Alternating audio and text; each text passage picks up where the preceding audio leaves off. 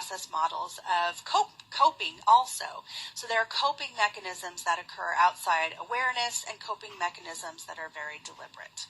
So we're going to use priming as a vehicle to demonstrate implicit and explicit cognitive processing.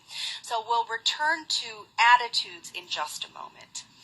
Priming is defined as the activation of associations in memory. Priming can be either subliminal, which occurs outside conscious awareness, or supraliminal, which occurs within conscious awareness. So let's take the urban legend that movie theaters used to splice split-second pictures of popcorn and sodas into their films. These images could be processed by your brain even if you weren't consciously aware of them. And if those pictures as a prime works, the picture would activate food associations in memory, making you feel more hungry or perhaps reminding you that you hadn't eaten in a while. This would be a subliminal prime out of awareness. While at the movies today, we see what are considered supraliminal primes before each movie. During previews, there are often ads for Coke or other products. These are supraliminal because you can clearly see them. And if they are successful, then they may serve to remind you that you're hungry. So I want to share with you a research example of priming effects on behavior.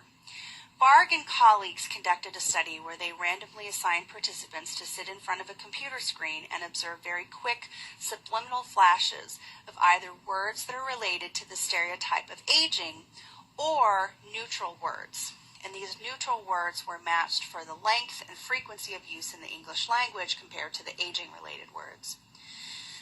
This was a subliminal prime because the words were presented so quickly that they couldn't be consciously processed. After the priming task, participants were excused from the study. Members of the research team actually observed them walking from the laboratory to the elevator, recording how long it took them to walk that distance. Results showed that the participants primed with the aging-related words walked significantly slower to the elevator than participants primed with the neutral words. So this is a powerful example of how a subliminal prime, or an implicit prime, had an effect on behavior. And in this case, it was walking speeds. So I want to share with you another example of the effect of a prime on behavior, but this time it will be a supraliminal or explicit prime. A few years ago at another university, I had a student come to me with an idea for a study. She said that a concept we had discussed in class sounded very familiar to her, and it was something that she thought she had seen discussed in a training manual at her job at the Olive Garden. She was a server there. The training manual suggested that servers nod their heads while taking orders in order to boost sales. So she came to me and wanted to test this advice from the manual, framing it as a question about whether a supraliminal prime would affect sales. So her name was Ashley. So she got approval from the study from our IRB and from the Olive Garden.